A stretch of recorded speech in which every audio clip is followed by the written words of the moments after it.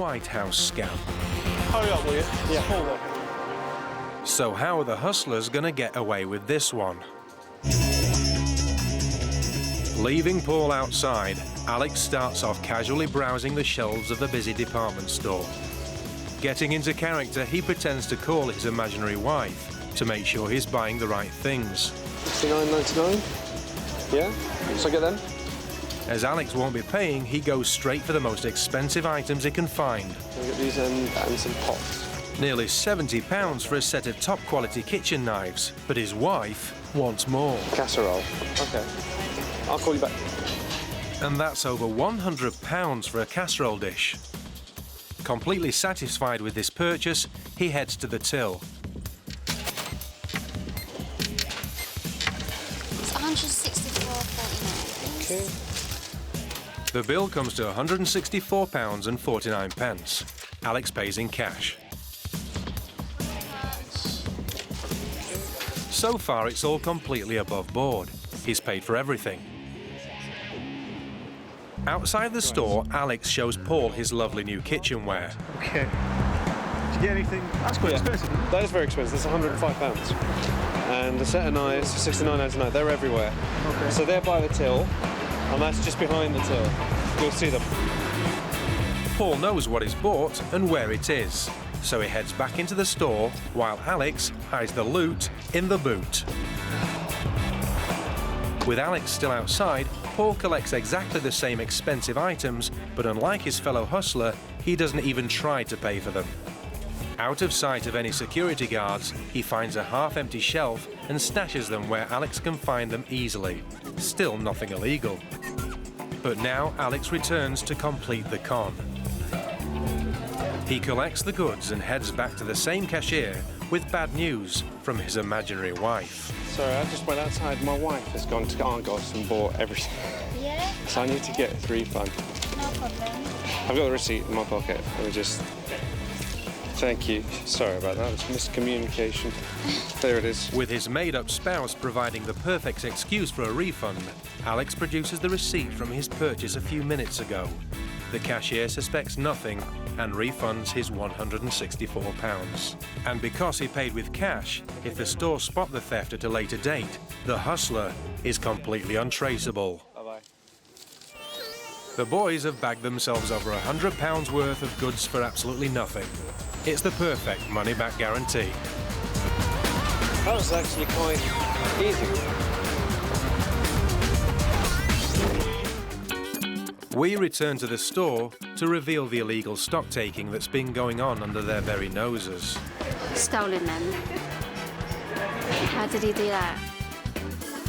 It was very believable because he was really down to earth.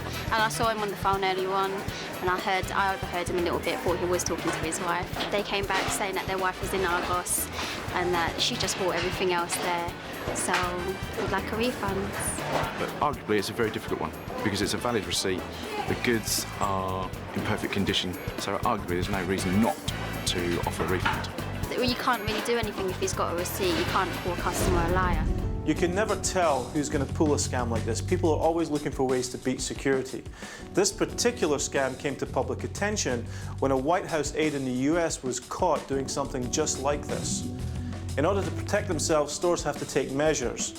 For example, whenever something is sold, they can mark or stamp it so they know that when it's returned to the store, that mark or stamp tells you that it was purchased. But you always have to keep your eyes open for new ideas. This is the boiler suit blag. Alex and Paul are in Covent Garden, unloading the boiler suits from the van. They've booked out this studio for the day, on the pretense of holding auditions for an unnamed superstar's music video. But the only moves they'll be pulling are fast ones. Okay, well, let's go. Let's go. In his role as Gavin, the music video director, Alex will be helping the wannabes find their inner dancing skills. Helped by loyal assistant Maurice, aka Paul. Everything is in place, including our cameras, which are rigged to catch the action. As Alex makes sure that his hat is at a suitably jaunty angle, the hopefuls start arriving for the audition. Hi there, come in. Hi, come in. Hi. My name's Gavin. It's Maurice as well, you met earlier. And what we're going to do today is we're doing a test for a pop video. And I can't tell you who the artist is at the moment, all right? So, but you might be able to guess. Now, the piece is all about individuality. So, as you're dressed now, it says a lot about yourselves. It says a lot about, you know, how you would move. So what we're going to try and do is we're going to try and get you all to dumb down. So we're going to get you all to wear one same thing. So, do you want to? All right, guys, come with me. Do the music. Right, bring your bags, bring your... Yeah, can you please bring all your bags and all your stuff, because I'm going to use the room to shoot in, and I might use some mirror shots and stuff. To comply with the director's wishes, all clothes and personal items, such as wallets, watches and mobile phones, must be left in the changing room. What we have is we have a bag for your clothes. Put your clothes in there so you keep it separate from everyone else's. We've done this before. We know how to make it easy for you, okay? You have a boiler suit, which is one of these paper zip-up boiler suits. I don't think that's what they're using on the day, but it's to get the idea on video. Make sure you use these because we have had mix-ups in the past. I have the only key to this place, so all your stuff will be secure. If you want to come back during the next hour or so for any reason, you come and see me, okay? I'll be very close. 5 minutes. Our video stars get changed into the Hustlers' boiler suits. Okay, good luck, everybody. Follow me. Having separated the marks from their possessions, Alex has to keep them as busy as possible. Excellent. Thank you. I didn't realise theirs were so see-through. I promise you it wasn't mine. No, can you get some water bottles for everybody? Yeah? Okay, guys, so I'll tell you what, the one thing I want to try and do first is to let's all loosen up just a little bit. As the marks loosen up, Paul slips back into the changing room. Imagine all your personal possessions gone, you have nothing, you're just who you are right now. In a few minutes, they won't have to imagine. It'll be a reality. Paul's helping himself to the contents of the clothes rails. Side to side. Okay? I don't want you all walking the same direction like sheep. In the corner, empty yourself of everything and just listen to the track. So I'm going to turn it up a little bit.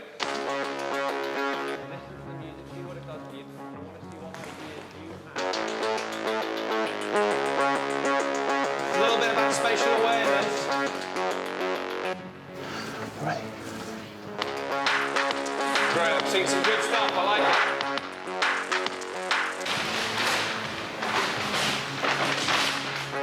Let your heads go. Whilst Alex workshops with the group, Paul has bagged up all their belongings. Now he must give Alex a plausible excuse to leave the dance studio without arousing suspicion. Gavin, she's here. Sorry? She's here. She's here. Now. Now? I thought she was in LA doing a gig. Okay. All right, guys. So, I know we're drastically underprepared. We've got some good stuff on tape. She's kicking off. Okay, I'm coming. We might have to show somebody some of the things. What I'm going to do is I'm going to put the track on one more time. So I'm going to be back in 2 seconds. The arrival of the mysterious she means Gavin, the director, has to go. Leaving the marks to practice their moves, Alex and Paul make a sharp exit with all their stuff.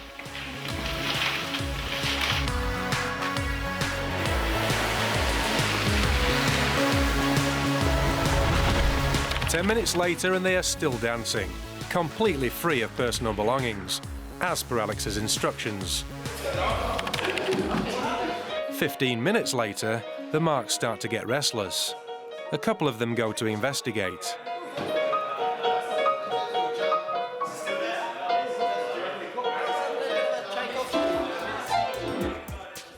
They realise they've been hustled.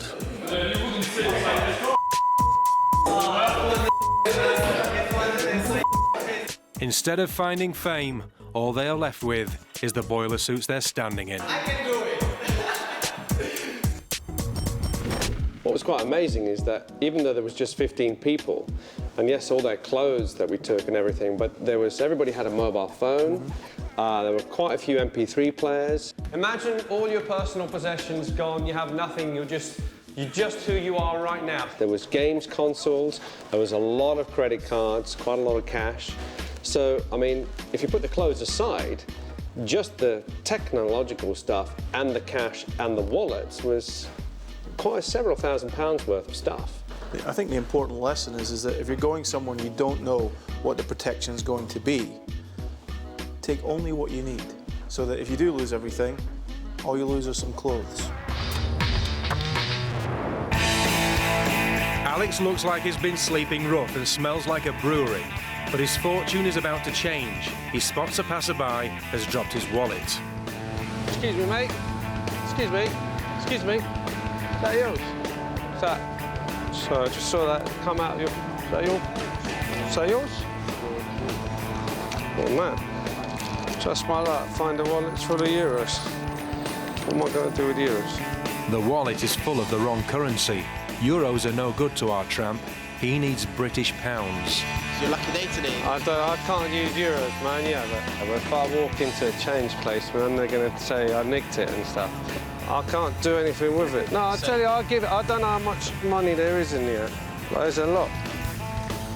Alex counts the money in front of the marks. Everything looks above board, but of course it isn't. Keep watching closely to see what Alex is up to. No way I'd change that. 500 euros or something. It's more than that, man. 200, 300, 400, 600 euros here, man. But what am I going to do with euros? So, I mean, if it was pounds, I wouldn't even be asking, wasting my time with you guys. I'll tell you what, if you've got, like, 50 quid, I'll give you the wallet. 50 quid helps me out. 600 euros for £50. That's a good deal.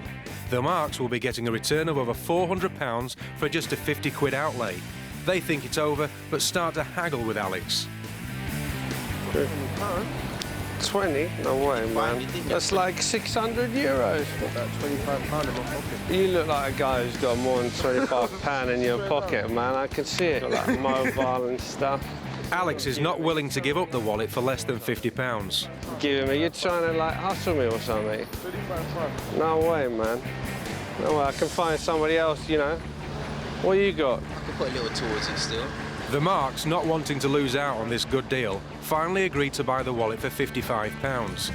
Put it in your wallet. Thanks, man. That's all, mate. All right. Alex pockets the cash and makes a quick escape. But as the marks walk away and inspect the wallet, they realise something's wrong. They set off in pursuit of Alex, but he's long gone.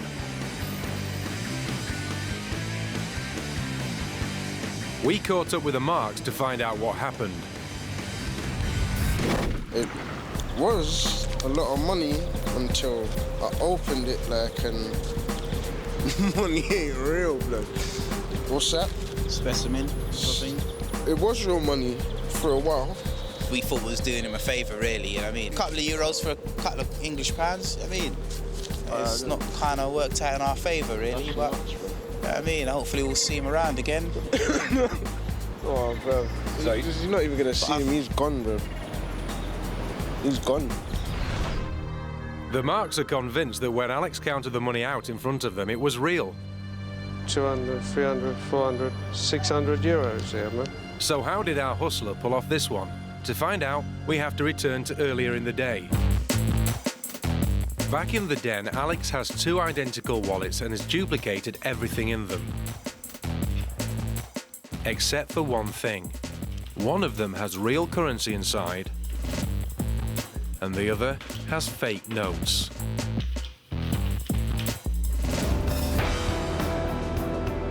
Out on the street, he stored the wallet with the fake money in his pocket and the one with the real cash up his sleeve, ready to drop at any moment and reel in his marks. Excuse me, mate. Is that yours? During the scam, he flashed the real cash, but just before he made the transaction, he switched the wallets. You're trying to, like, hustle me or something? No way. This is the crucial moment in the scam, and the marks didn't spot a thing. Let's take it back and see it again. The switch is quick and happens in the pocket. To see this more clearly, let's return to the den. Two wallets, one in the pocket and one in his hand.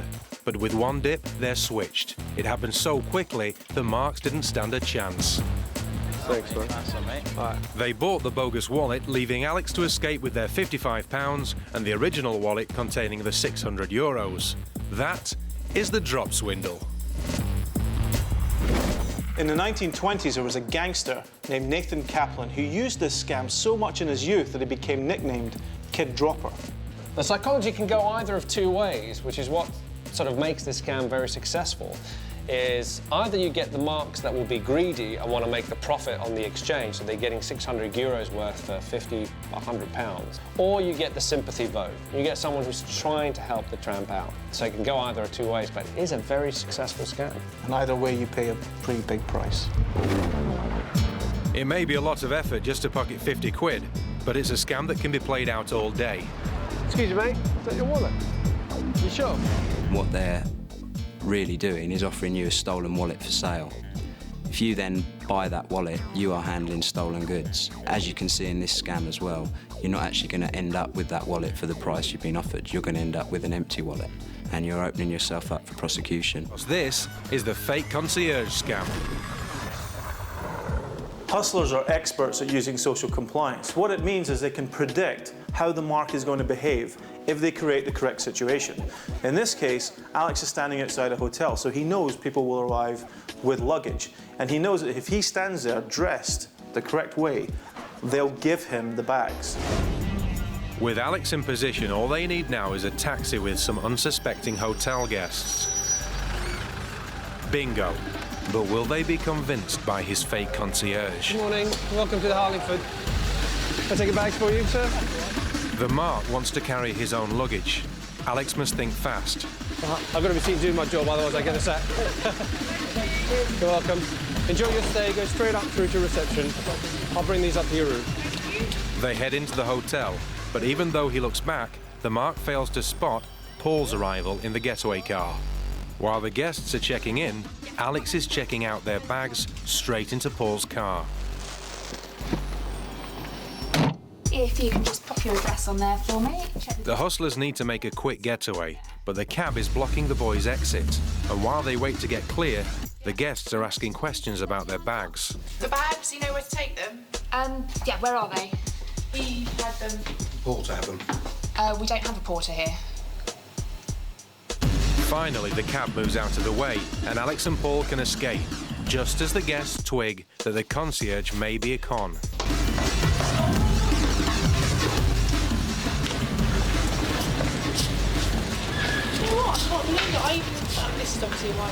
But this is no wind-up.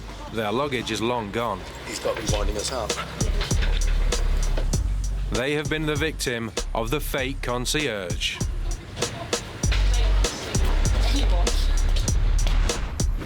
I had some decent clothes in there. There's just no reason not to believe him. He looked just like a concierge. No, I'm sure he had a badge. He probably didn't. No. I'm sure he did. The fact that he's just standing on the steps waiting for you, he was so convincing. Because I knows I've got to have a cab. I said, no, that's all right, I can carry it. I've got to be seen doing my job, otherwise I get a sack.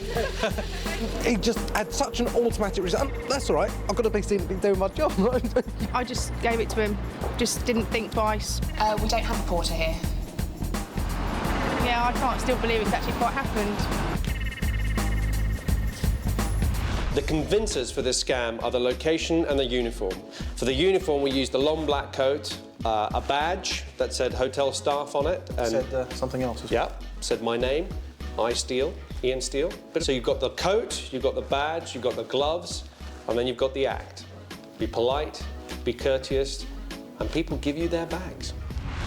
And the beauty of this con is that you can pull the same stunt again. Are you staying at the George? Oh, very good. I'll take your bag for you. Bring it straight up to your room. And again. Okay, welcome. Let me take your bag for you. Go straight up to reception. I'll bring your bag to your room for you. If you're arriving at a hotel by taxi or by car, and as you step out of the vehicle, you're met by somebody who identifies himself as either the porter or the doorman, don't leave the luggage out on the pavement with the porter, because that's asking for trouble. Now that you know about this scam, I'm sure you'll check the name badge to make sure it has the label of the hotel that you're staying at.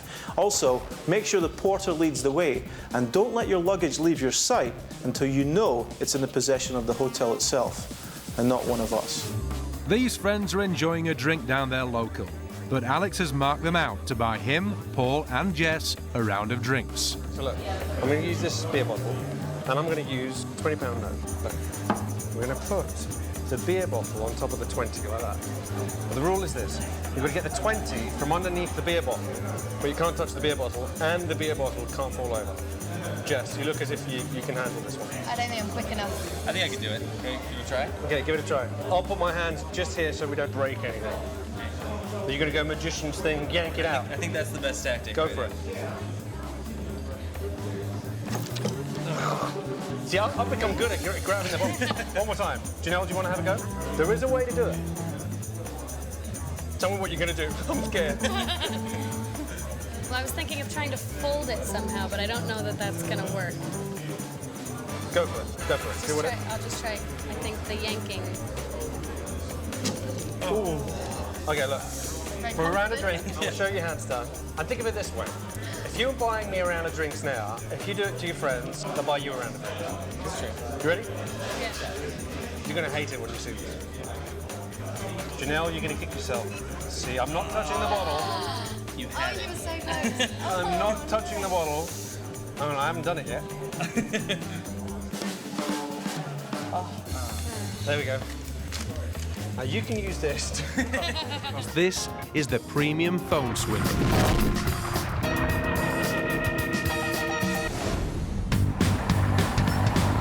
For this scam, Alex needs some stationary victims, and this busy cafe should provide a healthy crop of mobile phones.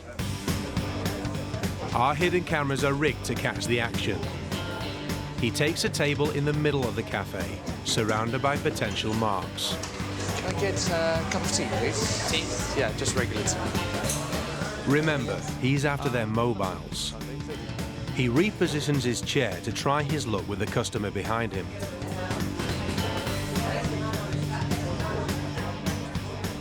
Bingo. He's got a phone, but for once, he's not keeping it. After a few seconds of fiddling, he returns it to the mark's pocket without them noticing. It's risky, but soon it'll be making him a lot of money. Time for another phone, so he has to reposition. Hi, can I get a little spoon, please? Thank you very much. He goes back to the same table, but this time sits in the opposite seat, perfectly positioned for his next dip.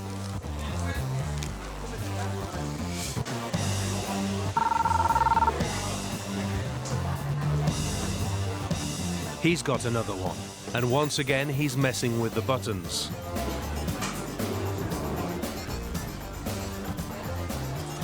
But the mark gets ready to leave. This is dangerous. Alex must now think fast to get the phone back to its owner. Excuse me. Is this your phone? Sorry, I just heard it drop. He plays the Good Samaritan, his crime going undetected. The next phone call she makes will cost £2.50 a minute, and most of that will go straight into the hustler's pocket. But how exactly? One thing that these scam artists do is they familiarise themselves with as many phones as they can, because there's many in circulation. So we've got a selection here. Which one should we use? That one? Okay, fine. So all I'm going to do is I'm going to go into the phone settings. So go into the menu, settings, control panel, call settings. What I'm looking for is calling cards or prefix numbers. This one's got calling cards. So if I tap that, now it's asking me for a phone lock. It's asking me for a PIN number. This is where I'm relying on the fact that most people don't change their master passwords, as mostly the same numbers, 0000. Enter. Okay, so that's let me in. So this person hasn't changed their phone lock. If you put a PIN lock onto your phone, you're going to stop more than 90% of these people, because when they get your phone, suddenly they find there's a PIN lock, and they're not going to guess a PIN lock. The only option they've got really is then to steal it. Yeah, maybe they can remove the PIN lock if they've stolen it and take it to a dodgy shop in a few months' time, but realistically, that's not this kind of attack. So if the object is not to steal the phone, how are the hustlers making money? It's a very clever con. So what I'm going to do now is I'm going to tell it to dial a calling card. So it's going to be dialing this number before it dials any other number. What I'm going to tell it to do is I'm going to tell it to dial another phone that we've got here. So, okay, all right. So new. So this is done. So now, this is what we're going to do. I'm going to dial, who should we dial? 1, 2, 3. 1, 2, 3 for the speaking clock. So 1, 2, 3. So this is calling, and it says it's calling 1, 2, 3. But what's actually happening is this phone's ringing. If this was actually a hub, if this was a server, you would go through and straight to the person you were trying to dial. And because you're going through that number, you're paying £2.50 a minute. This lady left the cafe an hour ago and is now making a call. This is where the scam starts earning our hustlers money and costing her a fortune. Instead of connecting her to whoever she is calling directly, thanks to the prefix Alex inserted in her phone, her call now goes via a premium rate number the hustlers have set up. Her conversation is now costing £2.50 per minute.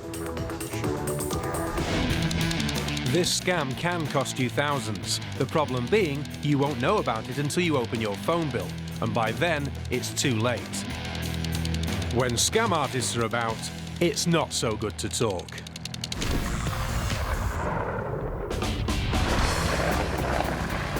Alex has chosen the lunchtime rush to target the restaurants and cafes of a big city. He's hoping the staff will already be distracted, making them more susceptible to any hustle. The smart suit makes him look respectable, and all he needs to pull off this scam now is a tie. Using this as a convincer, Alex is hoping to leave the cafe with cash from the till and an apology from the owner. Hi there. I had a bit of a problem here a couple of nights ago, and I spoke to a gentleman about it. I can't see him here. He's an older gentleman. Basically, what happened is once wine was poured on the table and went all over my tie. Okay. And he said not to worry about it and to just get the dry cleaning done. And I wasn't really too bothered because I come here quite a lot and it's fine. But as you can see, they haven't been able to take the stain off at all. And I've been stuck with a huge, well, it's £9, but the tie was a gift. So Who you talk to?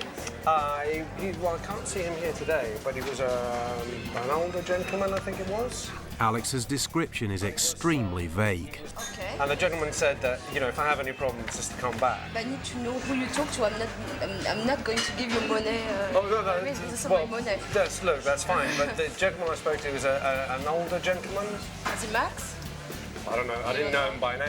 She's played right into Alex's hands and actually suggested who it might be. Max, the manager, isn't there, but not wanting to lose or upset a loyal customer, she goes to fetch his wife. So, yeah, sure, no problem. Yeah, I spoke to the gentleman, yeah. This isn't here. Can I give you a check? That's fine, yes, that's absolutely fine. But this is the... No, that's fine. That's quite all right. Thank you very much. The stained tie and bogus dry cleaning bill are enough to convince her to write Alex a cheque for £9. Great, thanks very much. Thanks again. Sorry. Thank you for taking care of that. Thank you. As Alex leaves the cafe, it's clear the staff have been won over by his charm. This was her first mistake because Alex has never been to her cafe before. It was Jess who stained the tie in preparation for the scam. Just a splash of red wine will do the trick. The spots are barely visible, but it's enough to earn our hustlers some money. Her second mistake was agreeing to hand Alex a cheque for £9, which he pockets and immediately heads into the restaurant next door to repeat the scam all over again. Now, even though it's quite cheeky going from restaurant to restaurant collecting your £9 for your imaginary tie stain, but it's quite time-consuming. So one ingenious conman had the idea of maximising his income by incorporating the post. So what he would do is he would write letters to restaurants he'd never even been to and ask for £9 dry cleaning bill. Now, if he wrote 100 letters a day and only got back 30% of them, that's still quite a lot of money. But there was also another element to his scam. He would always ask for £9, and the reason for that is this. I've got a cheque here, payable to me, Mr. Ian Steele, for £9 only. Okay, so what this conman would do, I'm going to show you exactly now. They would use the same coloured pen and use the dot next to the 9, turn that into a 0, and then next to the word 9, they would add a TY. So now, what we have is we had a cheque for £9 only, But now what we have is a cheque for £90. Now, if you think, if this guy used to get 30 cheques a day and did this to every single one of them, he would make a lot of money. With a potential £90 up for grabs from each restaurant, Alex repeats the scam all afternoon. Hi there, sorry to bother you. At this rate, he'll have enough money for a lot more than a new tie. One of your waiters accidentally spilt wine all over my tie. It could have happened. I mean, you know, it could have been here 2 nights ago, and yeah. I wasn't really thinking, because he said he talked to my boss. My boss was here on the night, so we're just okay. Always check with fellow members of staff before paying out money for anything. Make sure that the customer is genuine and that the incident did happen. If you do send a cheque, make sure that the amount you paid in the cheque corresponds to your bank statements. If it doesn't, call your bank, because someone's robbing you. It's Alex's turn to get around him, but of course, he doesn't intend to pay for it. He's found some victims who'll do that for him. Who from here thinks they can drink fast? You can drink fast? Yeah. You can drink fast? Reasonably, yeah. Do you think you can drink this pint in 30 seconds? He's done 30 You can do it? In 30 seconds? 30 seconds. Yeah, 30 seconds. It's not in 30 seconds. Hang on, wait a second.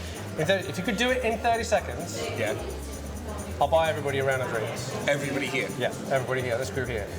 If you can't do it in 30 seconds, you buy myself a drink, everybody else here, plus Paul and Jess, who are sitting in the bar. Yeah? Ready? I'm going to time you. Hang on, whoa. I'll tell you the word go. Go. 5 seconds. How many was that? That's 7 seconds. Not too bad. And you were umming and ahhing about 30.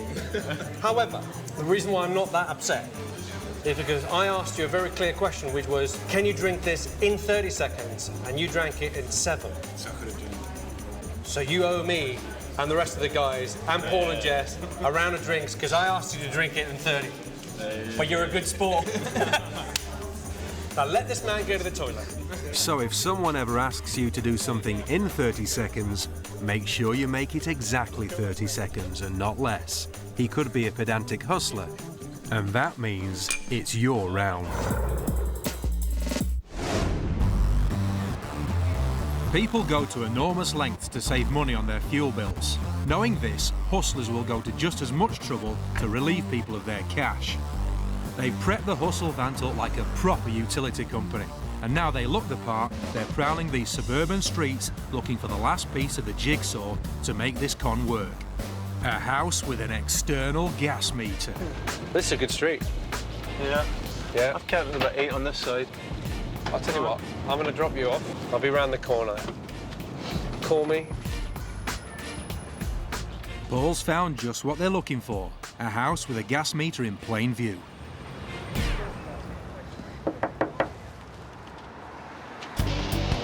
Hi there, I just need to check your gas meter, is that okay? Yes. Just need to ask your permission first, sorry. Do you have quite a high gas bill? It's 4 of us, it was £70 each, £78 each. So that's pretty close to 300, isn't it? The only reason I say that is that you don't have a restrictor valve fitted here. Is it a rented property? Yeah. Because that happens all the time, because the landlord doesn't have to put it on. Okay. And what it means is you end up paying about double what you should pay for your gas. Oh, don't do that. You see that in here, you can basically put a little valve. It's not a big thing, but it'll half your gas bills. Paul's convinced her is the real thing, and the chance to reduce her gas bill has caught her attention. But she's still not convinced about his money-saving valve. Did I ask about that? Well, you could call National Grid. I mean, I work for them, but they'll charge you about $400 to fit it. And the only reason I mention it is that we have a fitter that's somewhere down the street here. I've just passed him, and be about 100 quid. Yeah. If she calls her real gas provider, Paul's cover will be blown straight away. By offering a £300 discount if she uses the fitter who's just around the corner, he's kept the con on track. Let me see where he is. Ian Steele speaking. Hi Ian, this is Rob here. I've got another one without a restrictor valve. What, 4 people with a landlord, something like that? Yeah. Yeah, they got a really high count on this as well. Do you want to come over? Help these guys out? I think I can fit it in between jobs. How much would you be able to do it for? They're a bit broke, to be honest. £100 cash, £100. Yeah, I'll call you with the address in a minute. All right. Bye-bye. He's going to come over as soon as he's finished. I hate to see it happen. I hate to see people getting ripped off. He's going to drop by probably 5 or 10 minutes or something like that and show it to you, OK? All right, great. Take care. In no time at all, Alex turns up with his tools and a special valve that could save them money. Oh, hiya, I'm Ian. My colleague just came past, I think. It's a restrictor valve, yeah? Yeah, we don't really understand what it is. It basically just gets your bills down, because what happens is the gas comes off the road. Now, once it passes your meter, you get billed for it right here, but you don't use all of it. A lot of it stays in your pipes. So with a restrictor valve, you actually get a lot of less gas. So you can see how the hole's a lot smaller. Yeah. That's the hole that you generally get is that. Alex is on a roll. He's making it up as he goes along. In the old days, you wanted to have a big pipe so you could get the gas in. But nowadays, people don't use that much gas anymore. But they keep still being billed for it. We charge off the books when you call up and fit it. We charge £350, including VAT. I've got one spare. I'll charge you 100 quid. And would it cut our bills? Oh, would cut your bills. So you pay about 200 a quarter. Yeah. You should bring it down to about just under 100. Okay. Yeah. Before agreeing to anything, the Mark wants to discuss it with the housemates. Alex has played all his cards. Now all he can do is wait and hope they fall for it. A few minutes later, the Mark returns. Yeah? All right, just give me actually, I could see your meter running quite quickly right now. Yeah, well, that's what I mean about the gas coming to your pipe. If you just give me 5 minutes, I'll just get this done for you, yeah? It's a done deal, and with the Mark out of the way, Alex can get to work. But there's no restrictor valve. Instead, he's got some metal polish and a cloth, and after a bit of elbow grease, the old valve looks brand new. Nothing has been replaced. Hello? That's your old part. So, you know, I'm obliged to give it to you because it belongs to you. You could take that piece away and give him back that piece. He's given her a useless old valve from his bag and in return pocketed £100. He shows off his handiwork. It's cleaned up nicely. Yeah, it's that new piece there. It does make a difference. Have a great day. And yeah, I hope your bills come down. To the Mark, it seems like a steal. And of course, it is. She thinks it's a shrewd purchase, but in reality, she's £100 down and their bills will be as high as ever. Well, they've got them outside. Yeah, a couple of them don't. Their work here complete, Paul and Alex drive off to find some more gas meters. There are always plenty of lucrative jobs that don't need doing. The reason why this scam works so well is because both Paul and Alex are dressed the part. Alex has got the tools, Paul's got the ID, they seem to know exactly what they're talking about, and there's no real reason to doubt them. Anything that seems like it's going to save you money, you tend to do. You don't have a restrictor valve fitted here. What it means is you end up paying about double what you should pay for your gas. And it is that whole quick sale thing. Like, get it done now, it'll be cheaper. Be about 100 quid. Yeah. But that's 400 to 100. Yeah. I feel a bit daft. And £100 poorer. To avoid getting scammed in this way, you really need to be sure of who's calling at your door. Check their identification. Don't just rely on the card itself. Go to the phone book, look their number up, and dial the number of the organisation directly. Champagne Charlie. Champagne Charlie was a character we were made aware of by the police. Now, I never met him, and I'm pretty sure that Charlie's not even his real name. But one thing I am sure of, he definitely had charm. For this scam to work, Alex needs another prop, so he visits one of the businesses nearby.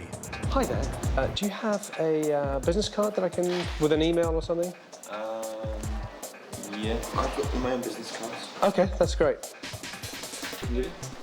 Oh, brilliant. Thanks very much, mate. Cheers. As simple as that. Armed with the business card and his bottle of champagne, Alex is ready to put the con into action. He pops into the officers next door.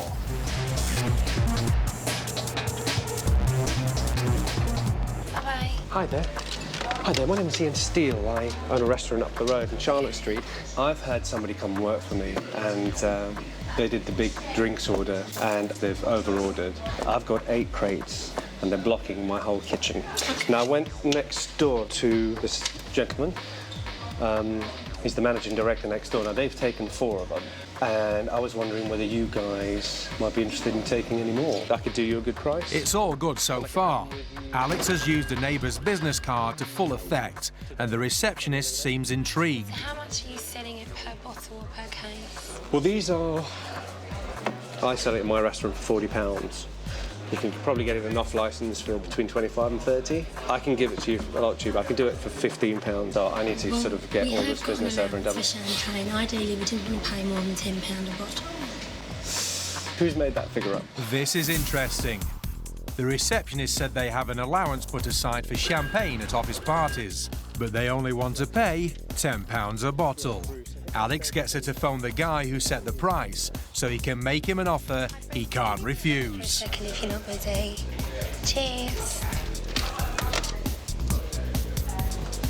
Oh, hi there. I'm Ian Steele. Hi, nice to meet you. You are? Bruce. Bruce, I've been chatting to Hayley about champagne. Okay. I own a restaurant up in Charlotte Street, Giardino. This is me. And I've got a new person working for me, and they've ordered too much champagne. Okay. Your neighbours have just taken half of what I've got. To be honest with you, it's Bruce, isn't it? Yeah. I buy these at £10 a bottle, so I can do them for you the same price, because actually you're doing me a favour.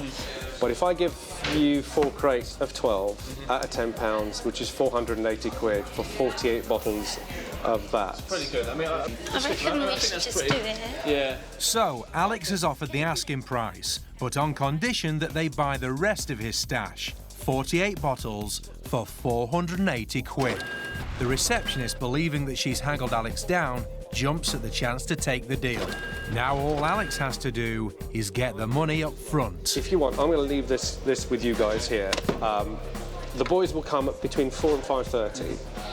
Now, these guys that work for me, I don't want them handling any cash for me. Not because I don't trust them, but I just don't think they should be handling that. Keep it simple. So if you guys want to pay half of it now, and the rest I can come pick it up tomorrow, or if you want to pay the full price now, we can all have it sorted down.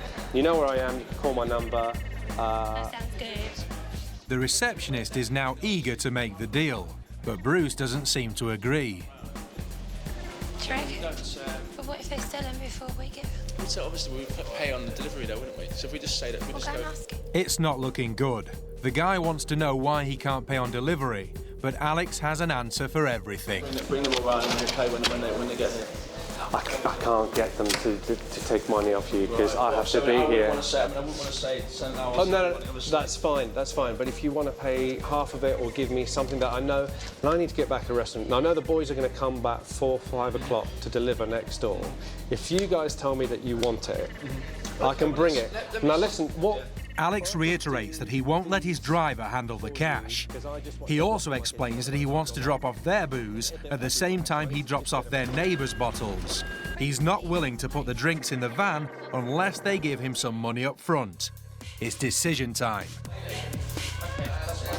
Yeah? Sarah, Yeah, sure. What do you want me to sign? do you want to write something on there, Bruce, just to say we're giving him, you want how much now? Half of it. Yeah, if you're happy to do half, then I know you want it. And it's on. They've agreed to pay for half up front, in exchange for Alex signing a piece of paper declaring that he'll deliver the booze at the end of the day, which means absolutely nothing. But Alex is happy to sign. Yeah, hang on.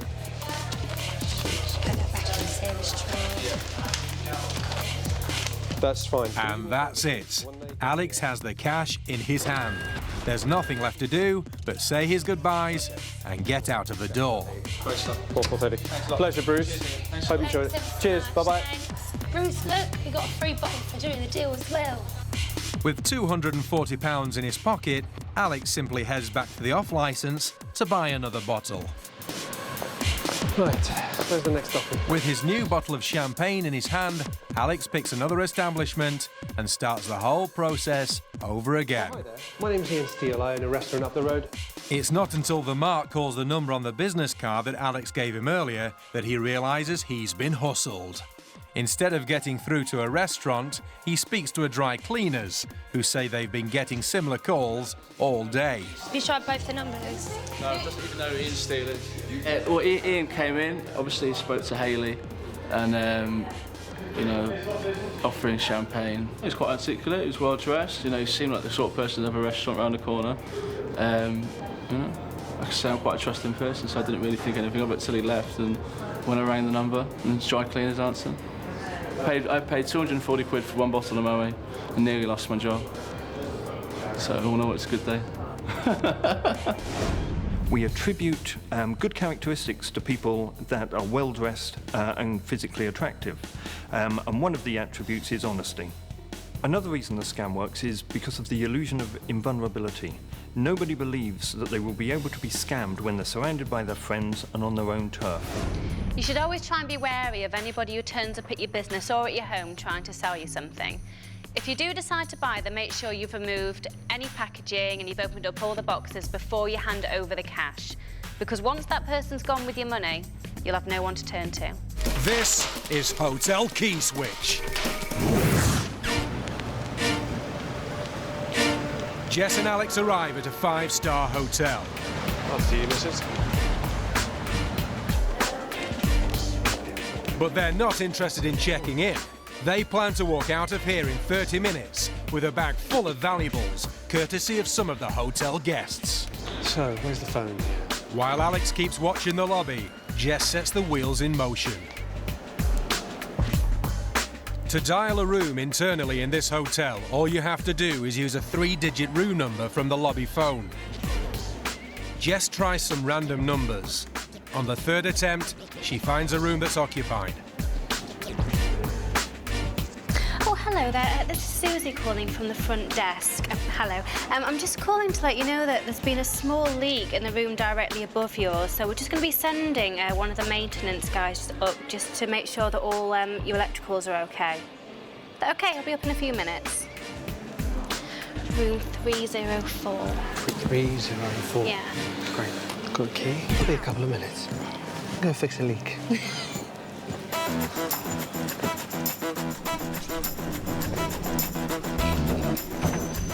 Now that the hustlers have a room number and they know the guests are in, it's time for Alex to get into character.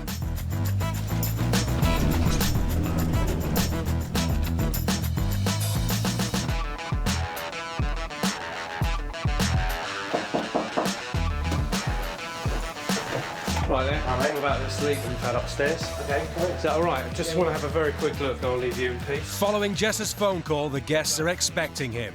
He's in their room and he needs to have a look round to check for the leak. This is the crucial part of the scam. The Marks keycard is in the room's power master switch near the door. I have to switch your electricity on for a second, is that all right? Yeah. Just take the card out.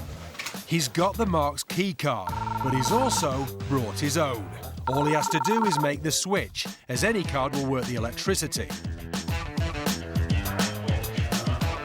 Sorry about that. Nah, it's fine. The lights are back on. There's no leak. Take care, bye-bye. See you. And he's left the Marks with a dummy key.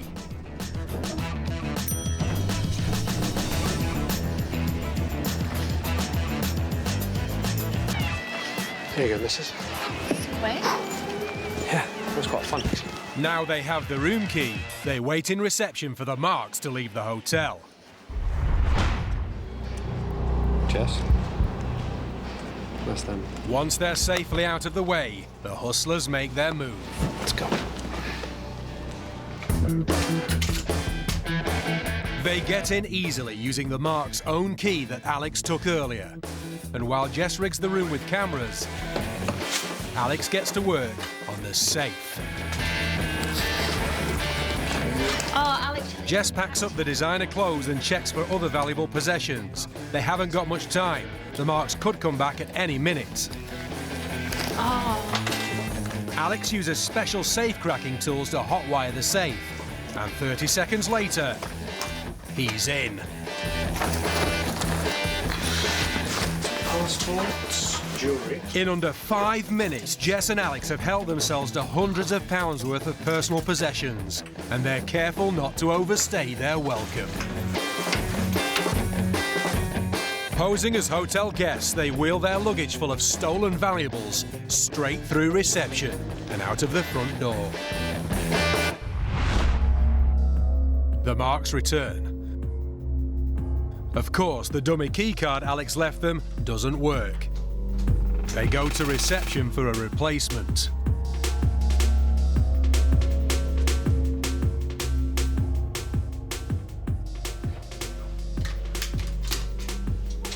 What the Look, it's open. What? My passports have been nicked. We put everything in the safe and then we came back and it's empty. Wallet, phones, keys, passports, jewellery. What else? Clothes. Yeah, clothes. Oh, yeah, all clothes are missing as well. We just want our stuff back, really. You know. The phone call from reception about the leak seems 100% real, so the marks assume that it's genuine.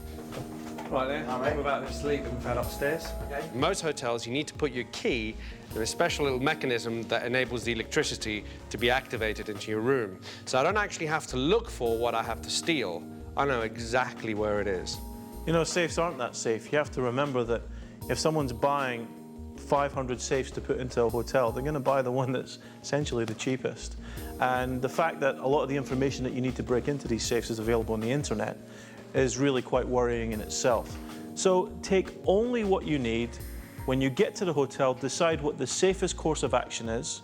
If you are going to carry your property on you, carry it underneath your clothing, in a money belt, or in a package that actually hangs around your neck underneath your clothes. This is the prize steal. Alex is working undercover as a friendly neighbourhood watch rep. He's knocking on doors, carrying out a survey on home security. Oh, hello there. My name's Ian Steele. I'm doing a survey for Neighbourhood Watch. Do you know that there's a Neighbourhood Watch scheme? No. OK. You will soon. But of course, he's not out to reduce crime. He's on the lookout for a house that's low on home security. Do you have any window locks in the windows downstairs? Some, yeah. And amazingly, these homeowners are telling a stranger knocking at their door all about their alarms and locks. Oh, hi there. Hiya. We're just doing a survey about security issues in this neighbourhood. Do you mind if I just ask you a few questions? Yeah. Does this door remain shut or...? No, it's always open, is it? Yeah. Do you have any security lights that come on when people approach the property or anything? No, we have one, but we have to switch on. OK. This house is ticking all the right boxes. We're going to be sending out some packs on how to improve security, things like maybe fitting a lock here, just so. It has general poor security and only one lock on the front door. OK, have a very nice day. Take care. Thank you. Bye-bye. Oh, that's a good one. I like this one. Check. Back in the den, Jess puts the next part of the plan into action. She gives the marks Alex selected a phone call. Oh, hi there, this is Susie calling from TRH Enterprises. How are you today? Oh, lovely. I'm just calling up to let you know that you have been randomly selected from our computer database and you've won a meal for two. It's the day of their free slap-up meal. And as promised, a limousine arrives at the Marks' house to take them to a fancy restaurant. But what they don't know is that Alex and Jess are right behind them. I love this limo service. With the Marks out of the way, the hustlers make their move. Yeah, well, they're gone. Should we go back? Oh, yeah. Oh, I love this look. Jess keeps watch. Looks like it might work. I love that. It's easy when you've got specialist locksmith keys. Okay. Once inside, they waste no time installing hidden cameras, so you won't miss a thing.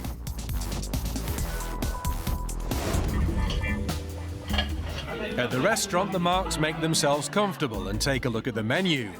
Back at the house, the hustlers make their own selection. I'll take that. That's a plasma TV worth over £1,000. Right. An 800 quid laptop. Right. And a 200 quid games console.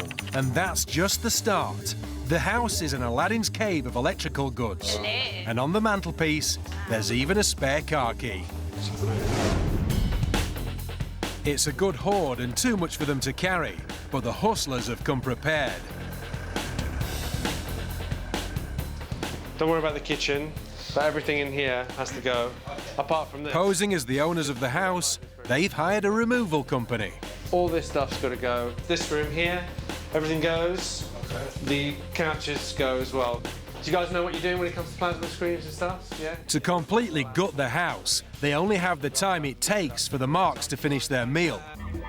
And back at the restaurant, they're already tucking into their starters, which means Alex and Jess have about an hour before they're rumbled. The hustlers' unwitting accomplices get straight to work.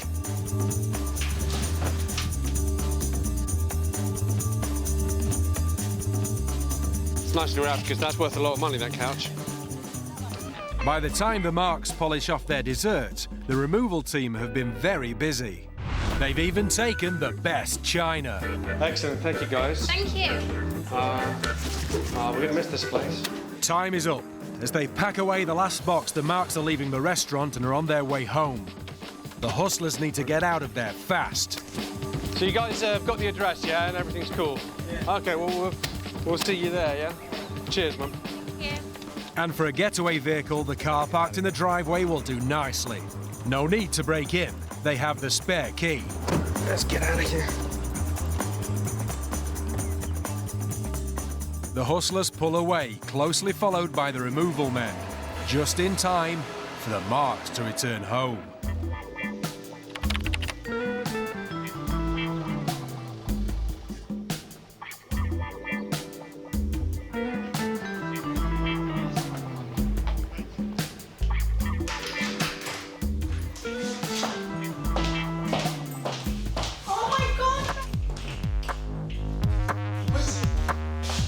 Where's the computer? Where's the server? In less than 2 hours, they've lost everything. They can't believe they've been robbed without any sign of a break-in.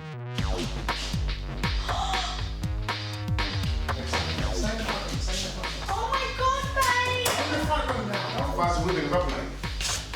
Our house has been robbed. We just come back from the mill and everything in the house is gone. The hustlers have taken the lot. We've just come home and everything's gone. TV, sofas, DVD player, computer.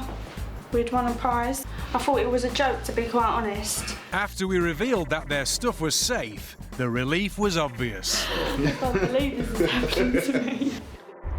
The thing about this scam is that we've maximised the profit while minimising the risk. Now, a normal burglar, he'll wait till you leave the house and hope you don't come back while he's robbing your house. But what we do here is we actually send you out and control you at all times. So we not only know where you're going, but how long you'll be there and exactly how much time we have to completely clear your house. Some locks are easier to break than others. And unfortunately, lock-picking equipment is not just available to locksmiths, but with the advent of the internet, anyone can get hold of this equipment. If you have just one lock on your front door, you're asking for trouble. This is the locker room rip-off. With membership booming, gyms can provide rich pickings for hustlers. Alex is here for a workout, but the only things he intends to lift are some valuables. Hi. I think I might need a padlock. Yeah. Before he gets changed, he makes a phone call. This enables him to loiter in reception and look out for a potential mark. Need to use the gym? I am, yes. Okay, you're just going to need a padlock for the lockers. That's cool. If you could just get changed on there. When the mark heads to the changing room, Alex follows. Switch it over. Bye. They both get changed. The mark puts his valuables in the locker and hits the gym.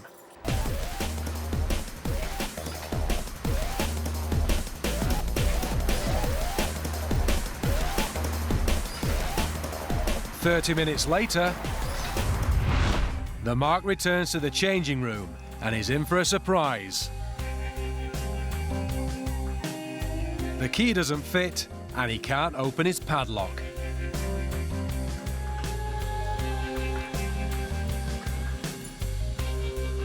Sorry, I can't get my key to work.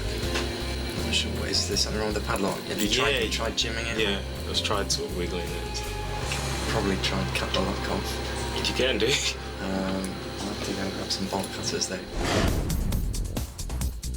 With no master key, the only way to get inside is with a pair of bolt cutters. You lost the key? No. Key doesn't work. But when it finally opens, there's nothing inside. Stuff's not in there. The locker is empty. definitely your locker. Yeah. My stuff's not in the locker.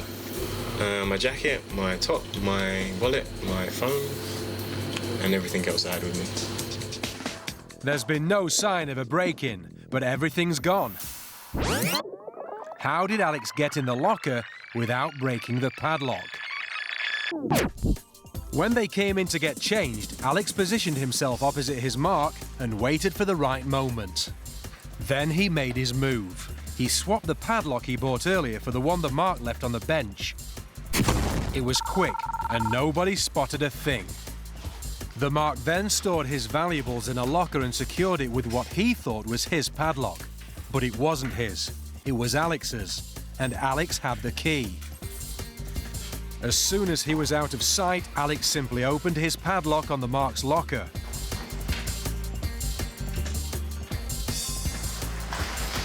While the Mark worked out, Alex cleaned him out. It took seconds, and once it was done, he quickly secured the padlock and left the gym with all the Mark's valuables without breaking a sweat. The easiest way for you to protect yourself against this is to bring your own padlock to the gym. It's very unlikely that a con man will have exactly the same type of lock. This is 3-card brag. Alex is on his way to this pool hall. He knows that the members here frequently play cards for cash, and he wants to get in on the action.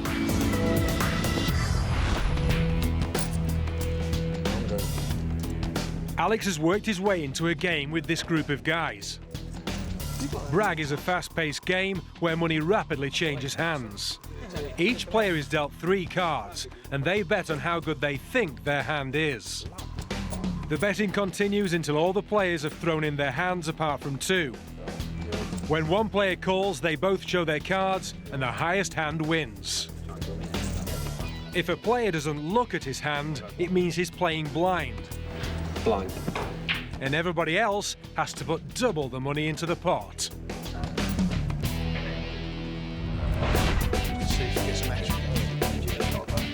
Throughout the evening, plenty of cash changes hands.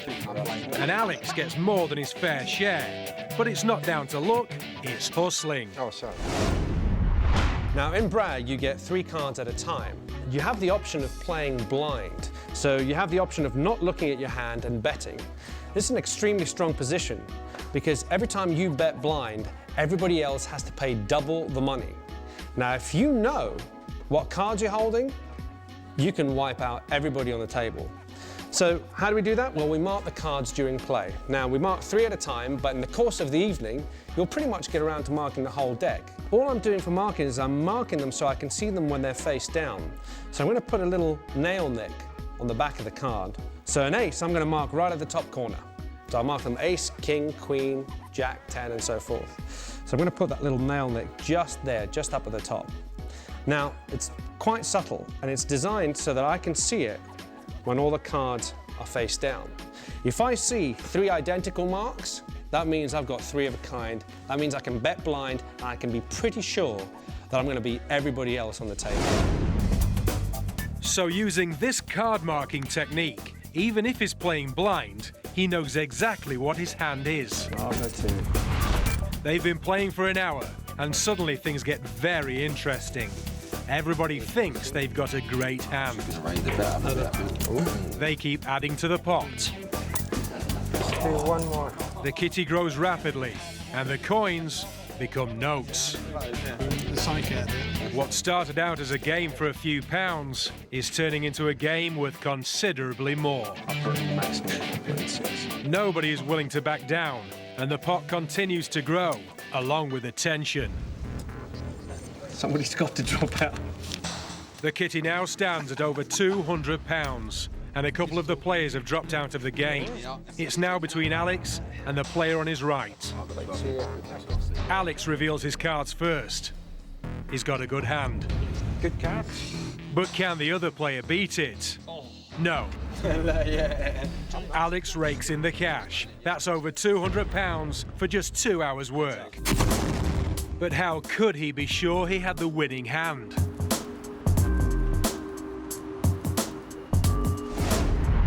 One of the techniques I used to cheat at Bragg was using what we call a shiner. Now, a shiner is usually a small reflective object that you can hide amongst your chips or have it on your person, and it allows you to see the cards face down. Now, in this case, what I used was a cup of black coffee. Now, black coffee is almost like a mirror, and I use the reflective surface to see what cards I'm dealing out to everybody else. Now, it's very natural for me to look down at my hands when I'm dealing, so it's not as if I'm staring into my cup of coffee as I'm dealing the cards out. So if we go like this, I've got the Jack of Diamonds there, the 9 of Clubs here, there's the 6 of Spades, there's the Queen of Diamonds, and so forth. I can do that very quickly and go throughout the table. And with Bragg, we played with 4 people. That's not too many cards to remember. So I'm playing with a huge advantage over everybody else. As he was dealing the cards, Alex knew what they were before they even hit the table. Sort of lost quite a bit there, yeah. Oh, the reflection on the coffee. Oh, reflection. Reflection over the coffee. Oh, that's amazing. I thought you won it fair and square. I'm a bit shocked. Sneaky little sod. You know, all games can be cheated, but the rules of 3-card Bragg make it particularly easy to beat the game. The secret is to make sure you know who you're playing and whether or not you can trust them. I'll tell you what, Darren, we'll try something together, yeah? I need a coin, a 10p piece we'll use, yeah? And we'll use this, is this empty? Yeah. So the idea is you put the coin on your forehead like that, and you have to press. So it sort of gets sort of stuck there a little bit, okay? Okay, then, no frowning, no nodding of the head, yeah? You have to hit the back of your head to make the coin come off. Okay, look. Wait. I'll have to hit it a bit harder. No frowning, though, or shaking of the head. 3. Okay, so it took me 3 slaps to get it off. Here's what I propose to do. We're both going to put the coin on our forehead, yeah? And whoever takes the least amount of slaps to the back of the head wins. So if it takes me 3 and it takes you 2 or 1, then I'll buy the drinks because I took the most hits. Okay. So whoever knocks the coin from their head into the glass with the least hits wins. Okay, and just so you know, I'm not cheating. I'm going to put it here. I want you to press the coin in. Okay, press. Now don't be shy about this. Go. No, I mean press hard because that's going to come right off. And it suits you if it. Okay, I think it's probably there now. Ready?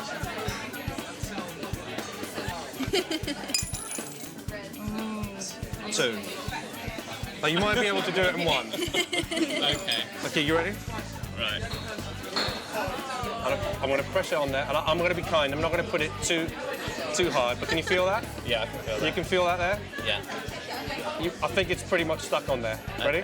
Okay. Hold the glass. Okay. And tap. Hit. No frowning. No frowning.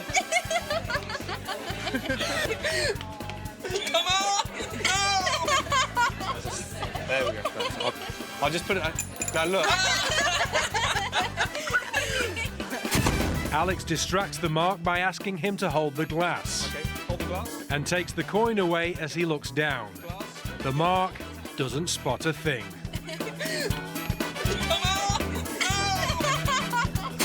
I know I was cheating, but the bet was the most amount of times that you hit your head, and you hit about 6 there. Are you feeling all right? Can you make your way to the bar? This is the Counterfeit Pen Con.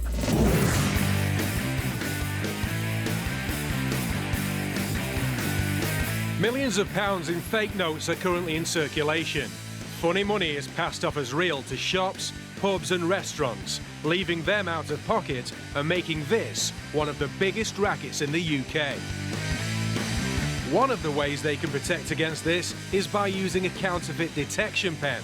It marks real notes one colour and fakes another. And luckily, today, Alex is working to help businesses in the fight against forgery. Hi there, I'm Ian Steele. I'm Community Liaison Officer for the Met Police.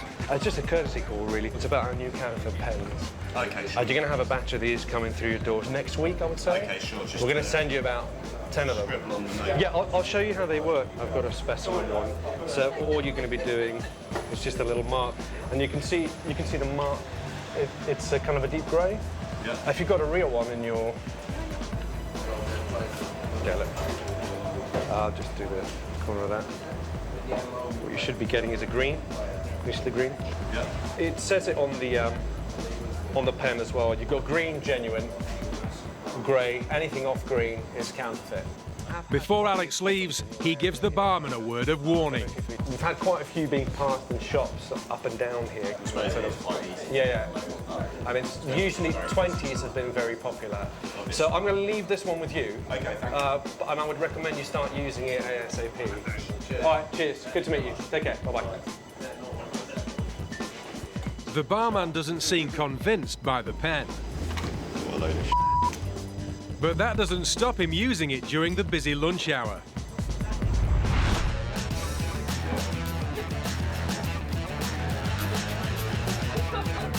It's a good day for the barman. Business is brisk, and so far, thanks to the counterfeit detector pen, no dodgy notes have made their way into the till. Every note he's marked has been green. But Alex isn't the only hustler to visit this bar today. I work at the hairdressers over the road. I was wondering if you could change 3 20s for some 10s.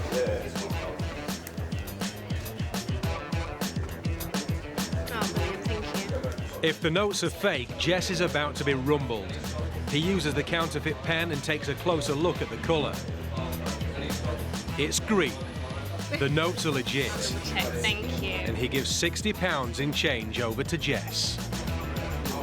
That's great, thanks ever so much. Cheers. Everything seems above board, but of course, it isn't. The till's now £60 down and contains 3 fake notes. But how? The counterfeit detector pen left a green mark on a real note and a grey mark on a bogus note. Alex even demonstrated it in front of the barman. Don't worry, I've got a... What he didn't realise is that Alex used 2 different pens. As the barman inspected the specimen note for the grey mark, Alex used this distraction to swap the grey pen for a green pen. Let's see that again. The green pen is clipped to his belt and easy to switch. As you can see, the barman didn't spot a thing, and now every note that he checks will be marked green and appear legit. What you should be getting is a green. This is where Jess comes in. She wants change for 3 20s. The notes are fake, but of course the green pen leaves a green mark. So the barman thinks they're real. Jess leaves the bar with £60 in crisp £10 notes. That's great, thanks so much. So I've just been done. Which is, well, egg on my face. Can I have my £60 back, please? And of course, the hustlers can repeat the scam all day. First, Alex. Hi there, I'm Ian Steele. I'm Community Liaison Officer for the Met Police. Followed by Jess. And at £60 a time, this scam can prove very lucrative. Hey, I wonder if you could change 3 20s for some 10s. There are many ways to check for counterfeit currency, and no one method is a substitute for all the others. If you're in any doubt about a note, look at it, use a pen, check the paper, look for the silver strip, hold it under a UV light, and if you still don't know, hand it back and refuse to accept it. Hiya, what can I get you? Ooh, hey. Vodka orange, 3 times? Yes. 3? Yeah. Great, fantastic. Thank you. We'll have a nice This time, no thumb over the pourer, and the punters can see exactly how much booze is going into their glasses. And long pour for you.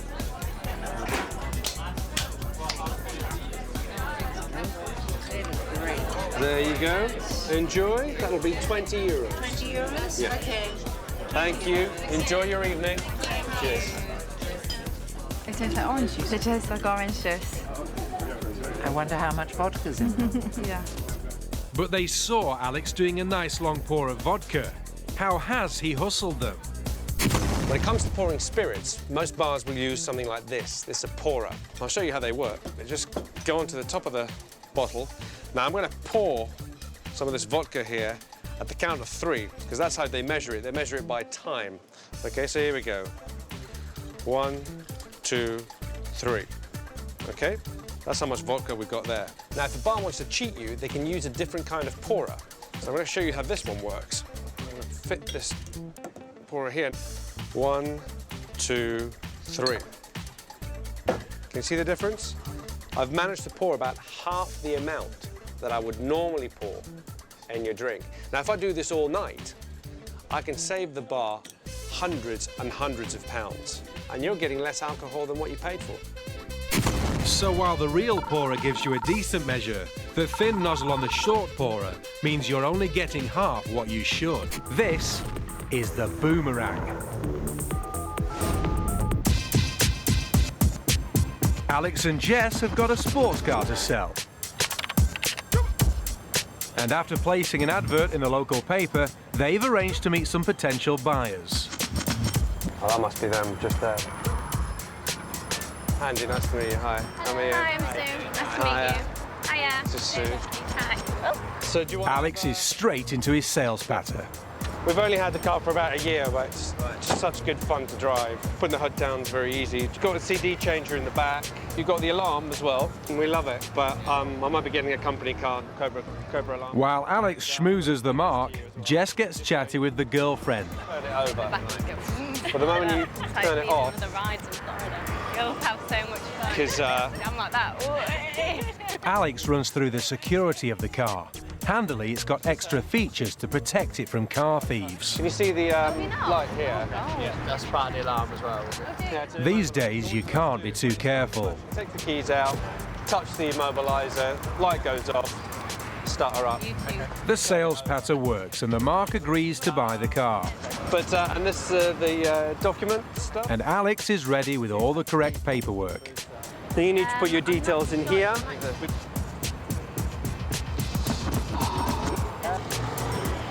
Okay, I think that's all I need. Now all I need to do is hit you for some cash. $3 grand in hard cash. The mark thinks he's got a bargain. I won't count it. I'll trust you that it's all there. Shopping.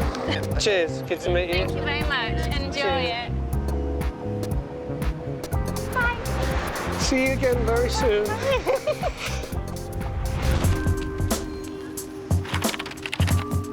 Later that day, the mark arrives home in his new motor. Not wanting to take any risks, he's careful to make sure both the doors are properly locked. He can't wait to tell his housemates about his flash new car.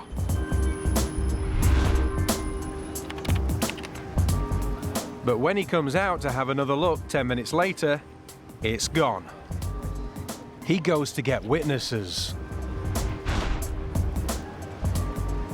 But they can't see it either. And just to check it hasn't become invisible, he stands in the space.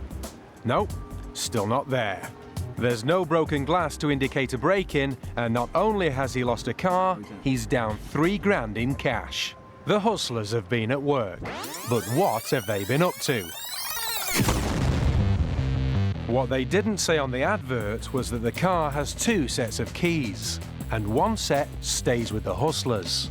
With the addition of false number plates, Paul's ready to give the sports car a new untraceable identity. Go ahead and fill your details there. But how do the hustlers know where to steal it back from? When the mark filled in the vehicle registration certificate, it wasn't worth the paper it's written on. I think that's all I need. Yeah. Except to Alex, who now has the mark's address, which is where the car will be parked later, ready for Paul to collect. Armed with the spare set of keys, all he has to do is unlock, start it up, and take the car straight back.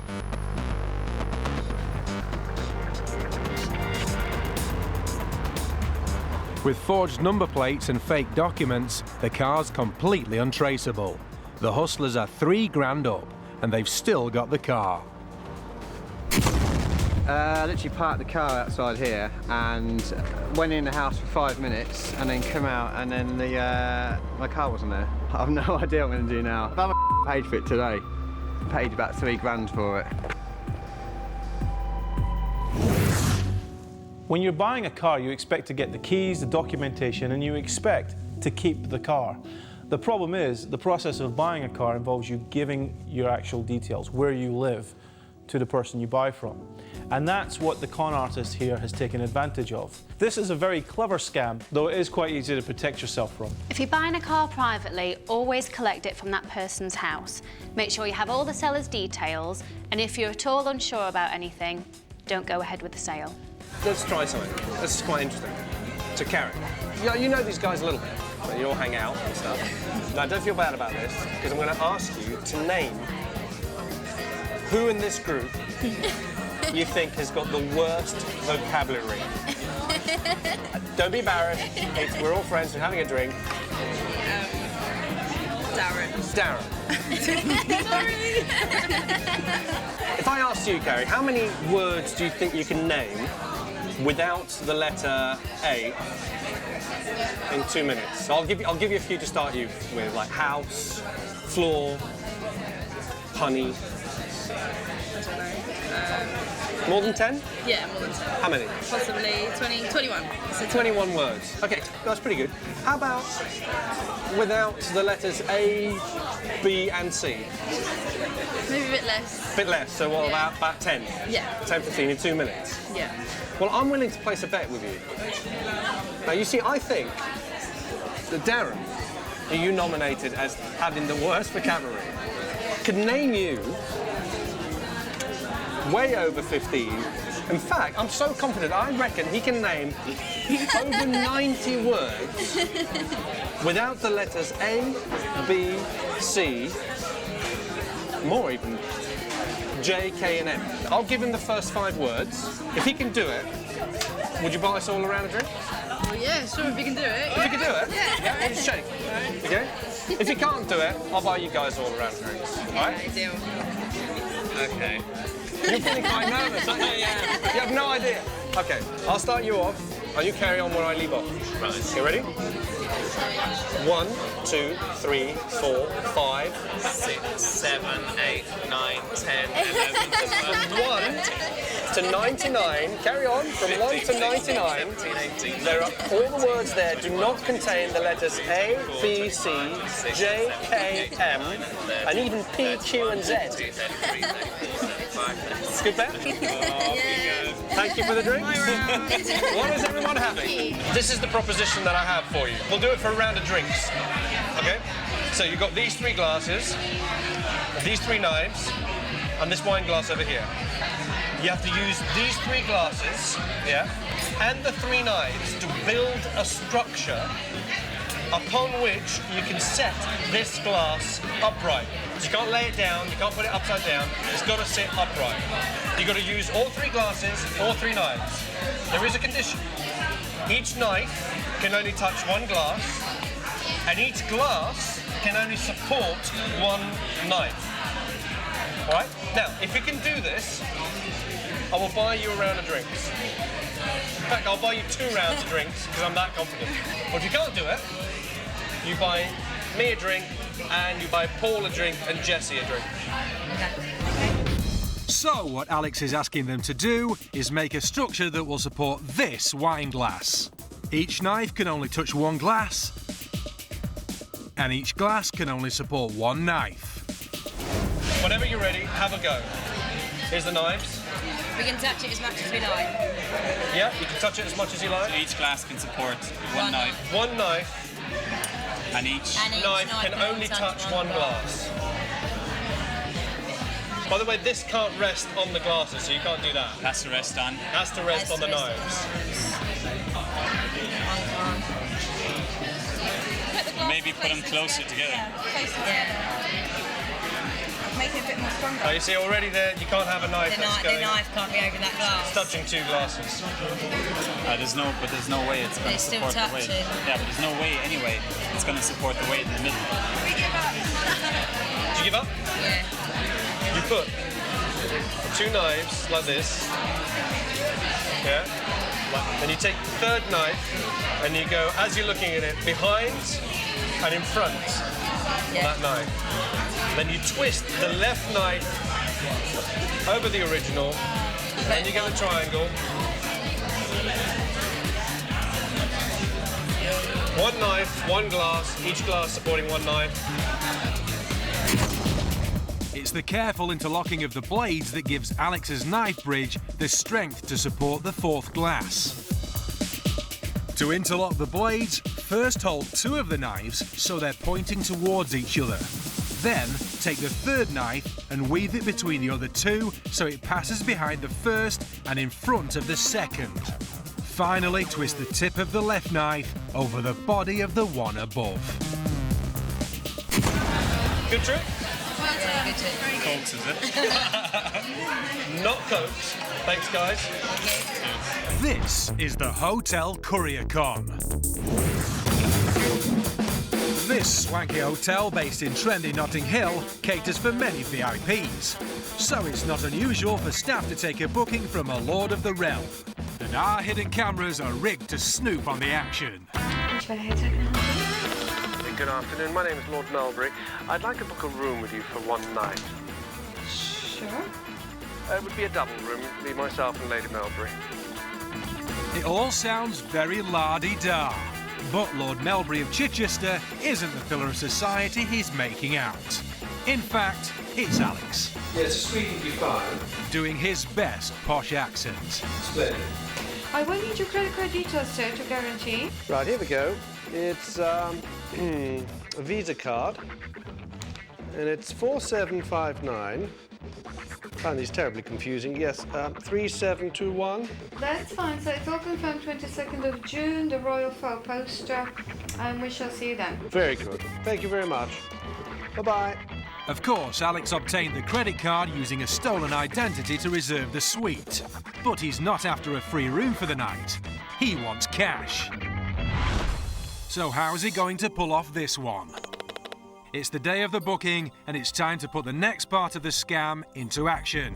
And Lord Melbury has a problem. Hello, how may I help you? Yes, good afternoon. This is Lord Melbury speaking. I believe I have a room booked this evening. You do? But I have a bit of a quandary. We're due to a dinner this evening, and it seems that Lady Melbury has left some of her jewels down in the house in Chichester. I've arranged for a member of staff to courier them up. Yeah. For us. Now, I've been told that he may arrive there in the next 20-25 minutes. Okay. We're currently in Richmond, making our way up to you. Okay. I'm just worried that he might get there before we do. If he does, could you just please take care of him and make sure you put the jewels in your safe? We certainly will, don't worry. Yes, they will be perfectly safe with us. You want us to pay him, or...? Yes, if you could, that'd be fantastic. Thank you very much. You're welcome. Take care. Goodbye. Bye-bye. The receptionist has agreed to take collection of the package and pay the courier cash on Lord Melbury's behalf. As soon as Alex puts the phone down, it's out with Lord Melbury and in with the motorcycle courier. Lord Melbury, the jewels are on their way. It only takes a few minutes to scoot round the corner to the hotel with a package addressed for his lordship.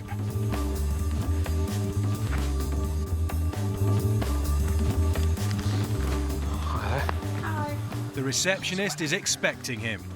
I've got a package from one of your guests. Oh, great. Fantastic, because it's a cash account. There you go. Lord Melbury. Yep. It's £60. How much? 60. It came from Chichester. I've been riding for an hour and a half. Oh, you poor little thing. Lucky me. There we go. She hands over £60 Thanks. and signs for the package. There we go. Fantastic. Thanks. Cheers. Take care. Bye-bye. Thank you. She doesn't suspect a thing, and Alex casually leaves the hotel 60 quid richer. And with reservations made for Lord Melbury in a number of posh hotels tonight, this scam will pocket Alex a small fortune.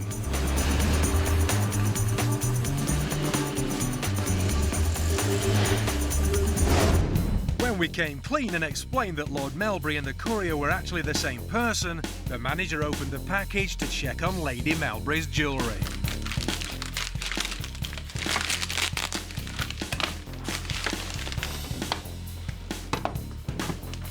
Okay.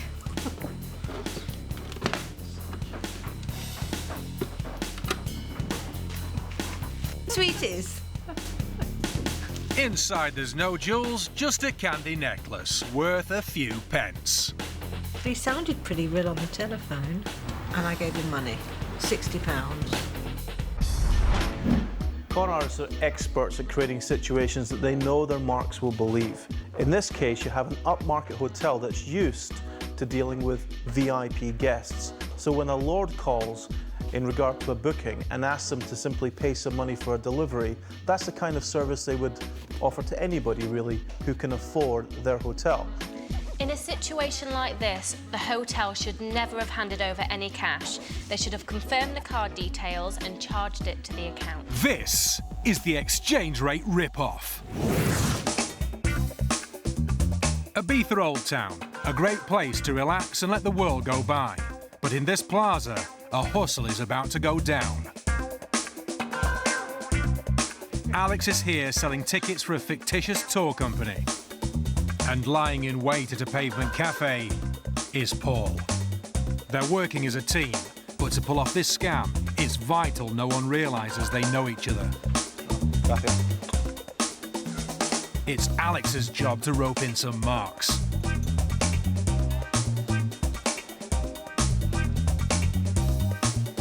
I want a tour. This couple look promising. Tour of the island, or you can have a map for €2. What, two? Yeah, I get you this map here. And that's Paul's cue to get involved.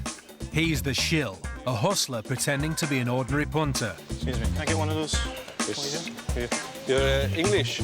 A map for €2? Nothing wrong with that. But Alex has another proposition to offer Paul. I have a question for you. There you go, my friend. I have pound. You English, yeah? Yeah. I have a lot of pound here. It's £500, but I need change. I have £500 for €200.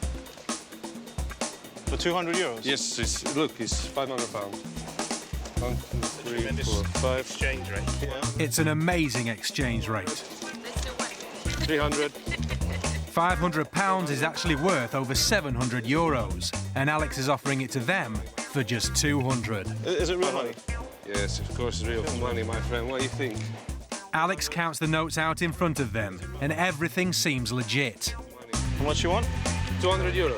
Paul appears interested, but hasn't got the full amount. I've got 100. You guys want to split? What do you think? Yeah, we'll do that. Yeah. With Paul offering to go halves on the deal, the Mark thinks it's a safe bet and agrees to split the cost. But Alex is cautious about handing over the cash in full view. Take your hat off. I can't hand you money in the street. What? Take your hat off. I can't put money in the street in your hand. If anybody watching. Put it in there. Alex puts the £500 in Paul's hat, and both Paul and the Mark hand over €100 to Alex. Thank you very much. Thank you. Okay. Yeah? All right. All right. I've got a coffee over here. How you doing? Where are you from? Yeah. From Redditch. While they make their way to the cafe to split the £500, Alex melts away into the back streets of Ibiza town. It's different. Yeah? It's different. It's different. Very different. All right. It's an unusual exchange rate. So what is that, 250 each? Yeah. I'll even get the coffees in. But as the Mark counts out the money, he realises things have not gone according to plan. Do a little work. Slight problem there, Rob. That one's fake. And those are empty. The £500 has somehow transformed into one colour photocopied note and a pile of useless paper. Oh, God. The Marks are gutted, and keeping in character, Paul doesn't appear too happy either. I feel like such an idiot. I just saw the money and thought, go for it. Dear. That's a couple of days' money, isn't it? To prevent any police involvement and the risk of being implicated, Paul gives the Mark a word of warning. You know what? I'd call the police, but they won't do anything about it. Really? Yeah. And the people that work these gangs are so nasty. You know, they don't get away with it. Sometimes they just mug you straight out. I really don't know what to say. Yeah. I would just write it off. It's not worth the hassle, is it? You can't believe it when you hear about it all the time and then you fall for one yourself. Yeah. 400. But the Marks saw the real money counted out in front of them. So where did it go? Take your hat off. I can't put money in the seat in your hand. This was crucial. When Paul took his hat off, he angled it slightly away from the marks, and Alex only pretended to put the money in the hat. Really, he kept hold of it and put it back in his bag. It all happened so fast the marks didn't spot a thing. So where did the money in the hat come from? It was there all the time. Paul concealed a wad of bogus notes in his hat before Alex even arrived in the plaza. The marks never stood a chance. The notes I saw looked real. And then he passed this lot. A lovely fake there, and then you've got a load of blanks here. And I'm pretty certain that one's a real one.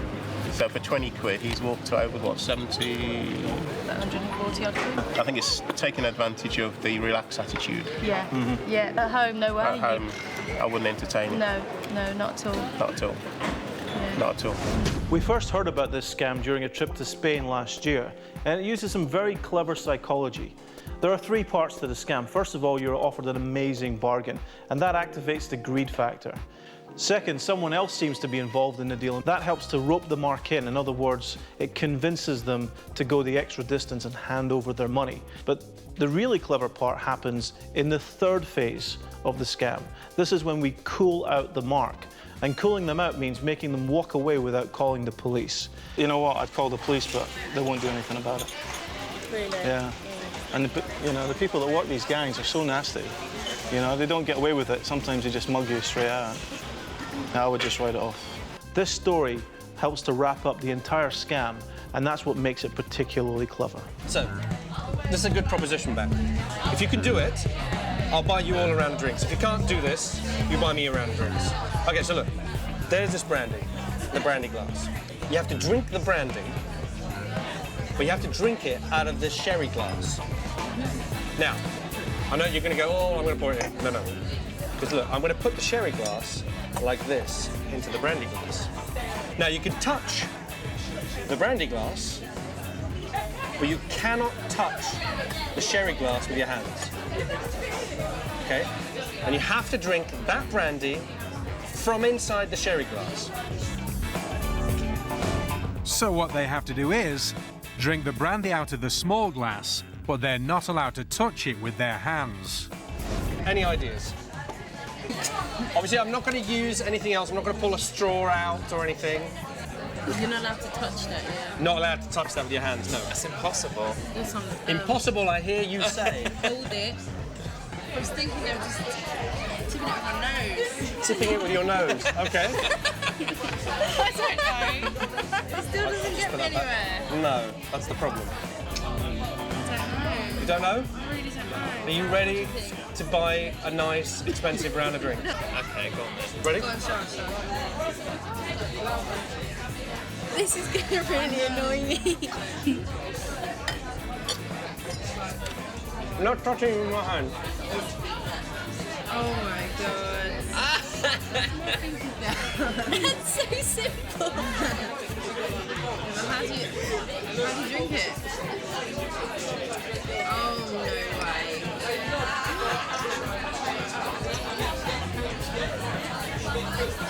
Cheers.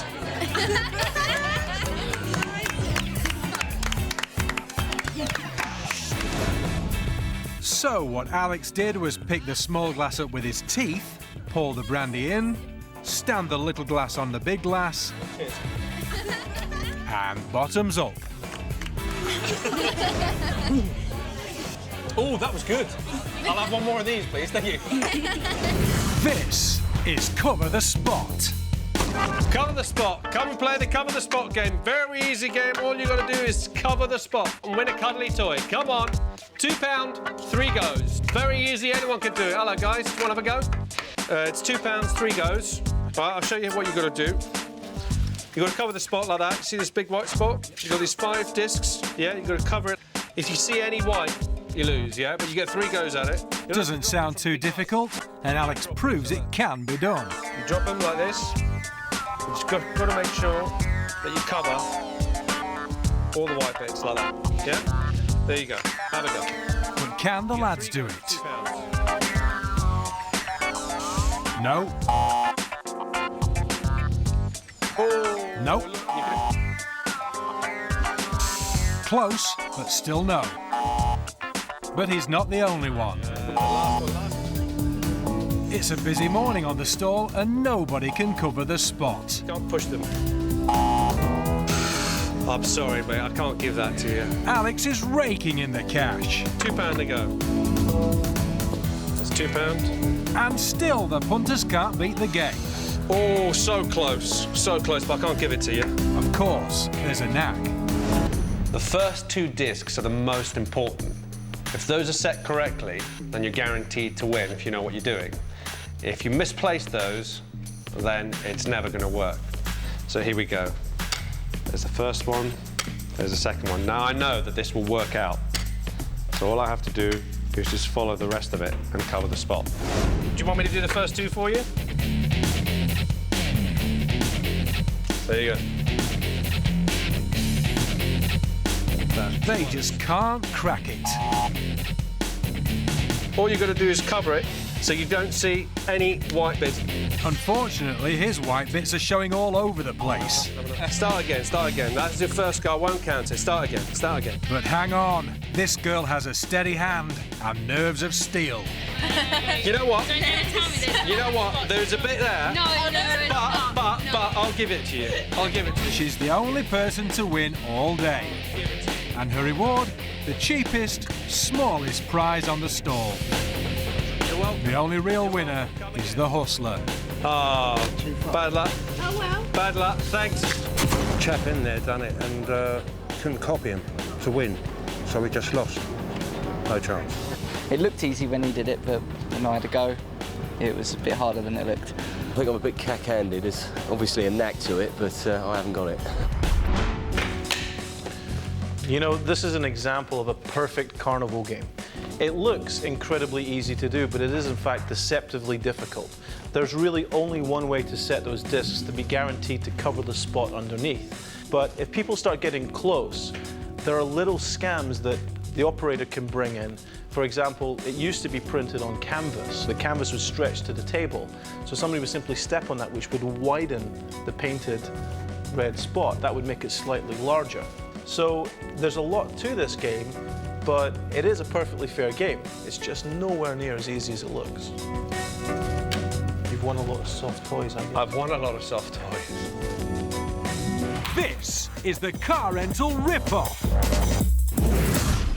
Many tourists find the best way to explore their holiday destination is by car. But knowing this, con artists are also looking to take you for a ride. Jess is loitering outside a branch of a busy car rental company. Hello, do you speak English? Yeah. Oh, wonderful. My name's Susie, I work for Tourist Information. Hello there. And we're just doing a quick survey to see which are the most popular car rental companies on the island. Would you mind sparing a couple of minutes just to fill out a small questionnaire? Thank you ever so much. With her fake survey, Email. That's great, thanks ever so much. Enjoy the rest of your day. Bye. she aims to get as many people as possible. Would you mind spending a couple of minutes just to fill out some information? Is that okay? Just want to fill out your name, your address, email, your holiday dates, and just some information about your car there. And also you get entered into a free prize draw to win a holiday in Ibiza. Oh, okay. Everything sounds plausible, and the Marks willingly give over their name, address, which car they've hired, and for how long. Enjoy your day, guys. Bye. But where's the con? No money's changed hands, and the information on its own is useless. But all good things come to hustlers who wait. Back in the UK, Paul puts the finishing touches to the convincers in this scam. He's mocking up a speeding ticket for the car the Marks hired in Ibiza. With the picture of their car lifted from the rental firm's website and some digital manipulation, Paul has them banged to rights. 3 weeks later, Alex is about to doorstep one of the Marks that Jess spoke to in Ibiza with some bad news.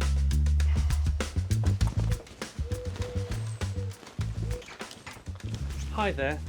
Ian Steele from TRH Collection. What's TRH Collection. Well, we're debt collectors, basically. It's to do... Were you in Ibiza recently? Yeah. It's a. I'm afraid it's a speeding ticket from Ibiza. No way. I'm afraid so. Speeding on Ibiza is too slow. I'm afraid you can. She's adamant she didn't speed, but it's time for Alex to pull out the fake evidence. There it is. It's on the, says the name of the street, but I've never been to Ibiza there. Basically what's happened is you've been going over 50 kilometres per hour on... Can I just check with you, because we get our details from the rental companies. Yeah. Yeah, so did you have a Chevrolet Matisse? Something that looked like that? And it was blue, I've got. Do you know what? I cannot remember. Right, well, it's, you know, what happens is that the car gets photographed, then it goes to their traffic department, they track down the number plate, and they realise it's a rental car. And here comes the crunch. Right? So the fine is €300, but if you pay straight away, it's €150, which is £100. 100 quid? At least you don't get points in your licence, that's all I could say. You don't get points on your licence, and you don't have to go to court, because if you see here, it's 27th of June, that's today. You got till the 27th of July. If you don't pay me now, on the 27th of July, you have to go to court in Ibiza. I find this really difficult to take in. Sure. I can't believe it. We're actually going back to Ibiza, like on the 12th of next month. This could put the whole scam in jeopardy. The marks are actually going back to Ibiza. Alex must think fast to get out of this one. On the 12th of next month. Are you going to be there on the 27th? No, so that's your court date, and you have to be there of July. You have to be there on the 27th. Otherwise, you will get a warrant for your arrest, and that's when it stops becoming funny. By threatening her with a warrant for her arrest, he's kept the con on track, but she's now calling for reinforcements. She's phoning her husband. Hi, you're not going to believe this, right? But the call for backup doesn't go as planned. The couple start arguing about who speeds the most. I don't speed. Richard, I don't speed. I don't.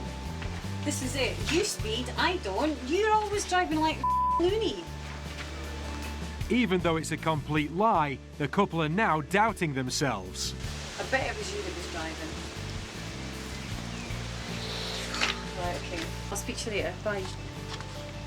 It's just choking me to do this, tell you. I can't. What can I tell you? All I can tell you is it's better to do it now than actually go to court. The date matches, that's the car that you had. There is very little you can do about it. Well, I guess I've got no choice then. It doesn't look to me as if you do. Game, set and match. All right. Finally, she goes to get her purse. Of course. It really chokes me to do this. I'm so cross. I'm sorry to hear that. Off. And reluctantly hands over £100 in cash. Unbelievable. Tell you what, I won't be high on the car again. I'm sorry again, but... It's been a pleasure. No, however, enjoy your next holiday, I hope.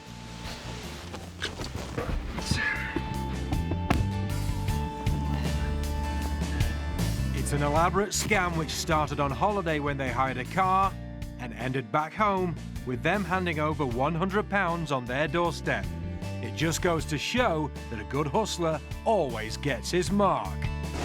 I'm really unhappy about it. If I have been screwed over, I'll be really, really off. I can't even remember what colour it was. I know it was small. The registration plate on the picture and the letter and the ticket all matched. So I paid because I don't want to go to court. And plus I don't want a warrant out for my arrest. Plus I don't want any sort of record because of business and all that kind of stuff. So 100 quid's 100 quid. You just do it, don't you? It may only be 100 quid, but Jess collected the details of more than 10 similar holiday makers. Hello, do you speak English? Yes. Oh, wonderful. Alex has a busy day ahead of him. If you've been away and you come home and somebody comes to your address and makes some kind of extravagant claim about accidents or fines or something that's happened while you've been abroad, you must never settle those kind of claims immediately.